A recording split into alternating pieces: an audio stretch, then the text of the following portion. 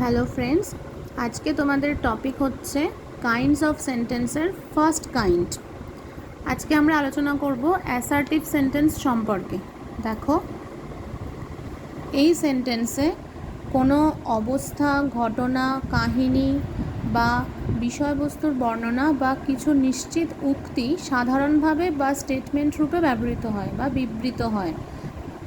A sentence that makes a statement or assertion is called an assertive sentence.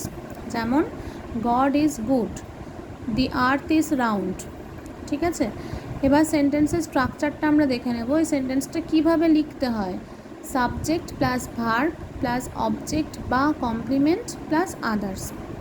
যেমন দে eat rice at noon, এখানে দে হলো subject, ইট হলো verb, rice হচ্ছে object, at noon হচ্ছে others বা preposition, এগুলো পড়ে। ঠিক আছে, কখনো কখনো ইট এবং দেয়ার দিয়েও শুরু করে বিবৃতিমূলক বাক্য লেখা যায়, যদিও শব্দ দুটি বিশেষভাবে কিছু অর্থ বহন করে না। এই ইট এবং দেয়ারকে গ্রামারে ইন্ট্রোডাক্টরি দেয়ার ও প্রিপারেটরি বা ইম্পেরাউনাল ইট বলে। ঠিক আছে, অ্যাসার্টিভ সেন্টেন্সের অপর নাম হলো স্টেটমেন্ট। আশা করি তোমরা বুঝতে পেরেছ। নেক্সট দিন আমরা নেক্সট সেন্টেন্সটা নিয়ে আলোচনা করব। সো আজকের মতো টাটা।